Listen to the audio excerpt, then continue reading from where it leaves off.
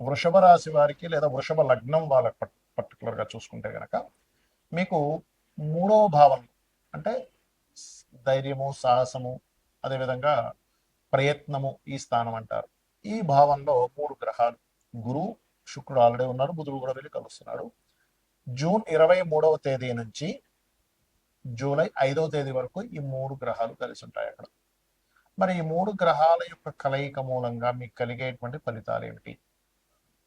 అదేవిధంగా మీకు లాభంలో శని కూడా ఉన్నాడు, 12వ స్థానంలో ఉండేటువంటి కుజుడు కూడా మీకు 21వ తేదీకే రాశిలోకి వచ్చేస్తాడు. దీనివల్ల కలిగే ఫలితాలు ఏమిటి అనేటువంటి అంశాలు చెప్తుంది నేనైనప్పటికీ చెప్పిస్తుంది సాక్షాత్ లలిత అమ్మవారిగా భావిస్తూ, ఆ లలితాంబిక అమ్మవారి యొక్క అనుగ్రహం మీకు పరిపూర్ణంగా కలగాలని మనస్ఫూర్తిగా కోరుకుంటూ, మీకు కొంతమందికి చూడండి, గృహం అమ్మాలి లేదా స్థలము అమ్మాలి, పలానా వాహనం అమ్మాలి, అమ్మితే కానీ మీకు ఉన్నటువంటి ప్రస్తుతం ఉండేటువంటి సమస్య బయటపడము అనుకుంటుంటారు.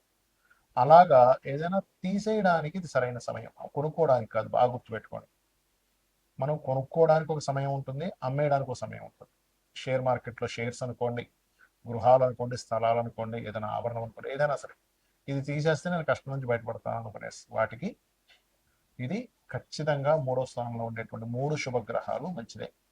అదేవిధంగా గతంలో కొన్నిసార్లు చూడండి, మనం గొడవలు జరుగుతాయి.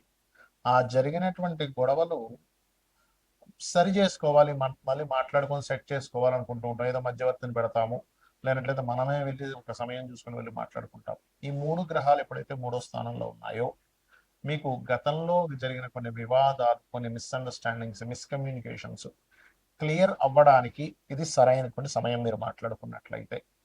అలాగే వివాహం కోసం చేసే ప్రయత్నం కూడా ఫలిస్తుంది, ఉన్నత విద్యల కోసం చేసే ప్రయత్నం ఫలిస్తుంది, మరియు వ్యాపార సంబంధించిన అంశంలో బాగుంటుంది. కాకపోతే ఇక్కడ ఏంటంటే, ఎప్పుడైతే కుజుడు కూడా మీకు రాశిలోకి వచ్చేసాడు, ఈ మూడు గ్రహాలతో పాటు, ఈ మూడు గ్రహాలు మూడులో ఉండగా 12వ స్థానంలో ఇంతకాలం ఉండేటువంటి కుజుడు రాశిలోకి వచ్చాడు. ఇది సప్తమాధిపతి కూడా అవుతున్నాడు ఈ కుజుడు. కాబట్టి పార్ట్నర్స్ మూలంగా లేదా జీవిత భాగస్వామి మూలంగా, లేదు అంటే వివాహం విషయంలో, వివాహం చేసుకుందాం అనుకునేటువంటి అంశంలో, వివాహ జీవిత భాగస్వామి లేదా వివాహం చేసుకుందాం అనే అంశంలో అవతల వాళ్ళు కొంచెం ఎక్కువ ప్రెజర్ పెడుతూ ఉంటారు. అయితే మీరు ఈ రాశిలోకి ఎప్పుడైతే కుజుడు వచ్చి చతుర్థ భావాన్ని చూస్తాడో, ఎట్టి పరిస్థితుల్లో కూడా మీరు ఇప్పుడుండే కండిషన్స్ పరంగా భూములు కానీ, గృహాలు కానీ, వాహనాలు కానీ, ఏదైనా పవర్ రిలేటెడ్ ప్లాంట్స్ కానీ, ఆఫీసెస్ కానీ పెట్టేటప్పుడు 1-4 సార్లు చెక్ చేసుకొని వీలైనంత మటుకు అవాయిడ్ చేయండి. ఇక మీరు నిత్యము చేయవలసింది విష్ణు సహస్రనామాల యొక్క శ్రవణం, పఠనం చేయండి.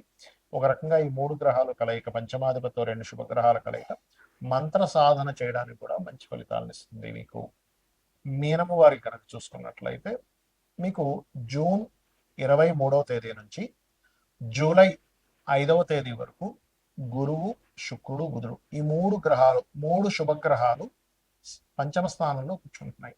దీనివల్ల కలిగే ఫలితాలు ఏమిటి? అదేవిధంగా మీకు ఏనాడు శని నడుస్తుంది, రాశిలో శని ఉన్నాడు, 12లో రాహు, 6లో కేతువు, 2వ స్థానం నుంచి 3వ స్థానంలోకి వెళ్ళినటువంటి కుజుడు చతుర్థ భావంలో, రవి యొక్క సంచారం జరుగుతుంది, 6లో కేతువు.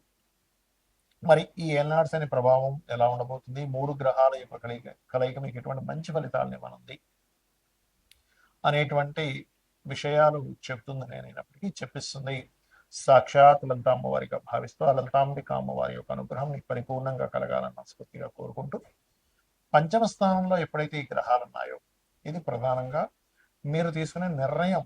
ఒక్కోసారి చూడండి, అబ్బా ఆ రోజు మంచి నిర్ణయం తీసుకున్నాను, దానివల్ల నా లైఫ్ బాగుంది అంటూ ఉంటాం.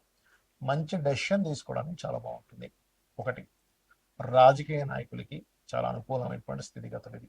అదేవిధంగా మీరు ఏదైతే సంతానం కోసం ప్రయత్నం చేస్తుంటారు, ఎప్పటి నుంచో సంతానం కలగట్లేదు, లేదంటే పలానా మెడిసిన్ వాడతాము, లేకపోతే పలానా ఐవీఎఫ్లో, ఐయుఐలో, లేకపోతే చిన్న చిన్న చికిత్సలు చేయించుకుంటూ ఉంటారు, అటువంటి వాటికి పాజిటివ్ ఫలితాలు ఇస్తుంది పంచమంలో ఉండే ఈ మూడు గ్రహాలు.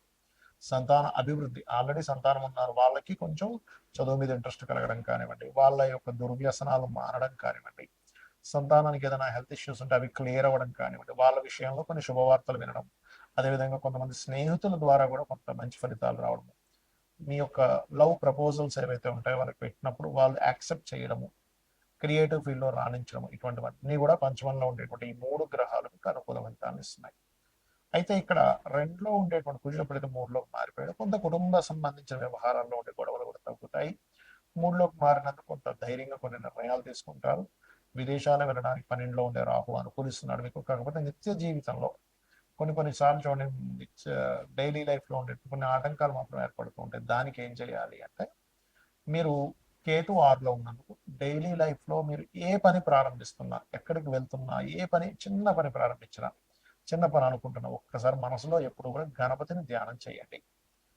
అలాగే ఏనాడ్సిన ప్రభావం గురువు యొక్క దృష్టి వల్ల తగ్గుతుంది. మీకు ఇప్పుడు అవ్వాల్సిన అంటే లేట్ అవుతున్నప్పుడు కాస్త మూమెంట్ అనేటువంటిది ఉంటుంది. మంత్ర సాధనకి ఇది మంచి సమయం. 12వ పని మనకి లగ్నం నుంచి పంచమ స్థానంలో ఎప్పుడైతే గురువు ఉన్నారో, శుక్రుడు బుధుడు కూడా కలిసి ఉన్నాడు. మంత్ర సాధన చేయడానికి, ఎవరి దగ్గరైనా గురువు దగ్గర మంత్రం తీసుకోవడానికి, మరి ఉపనయనాది సంస్కారాలు చేయించుకోవడానికి చాలా మంచి సమయం ఇది చెప్పాలంటే. ఇది ఈ యొక్క గ్రహస్థితి మీకు చక్కటి అనుకూలమైనటువంటి వాతావరణాన్ని ఇస్తుంది. ఇక మీరు నిత్యము చేయవలసినటువంటి దేవత ఆరాధన ఏమిటి అని చెప్పి చూసుకున్నట్లయితే, మీరు దక్షిణామూర్తి యొక్క ఆరాధన చేయండి. శ్రీమాత్రే నమః అని మంత్రం చేసుకోండి. ముఖ్యంగా లగ్నంలో శని యొక్క సంచారం, ఎల్నాటి శని ప్రభావం ఉంది కాబట్టి లలితా సహస్రనామాలో ఒక అద్భుతమైన నామం ఉంటుంది. అది చేసుకున్నారంటే ఎల్నాటి శని ప్రభావం 1% కూడా ఉంటుంది. అది ఏమిటి అంటే, ఓం అనాకలిత సాదృశ్య చుబక శ్రీ విరాజితాయై నమః.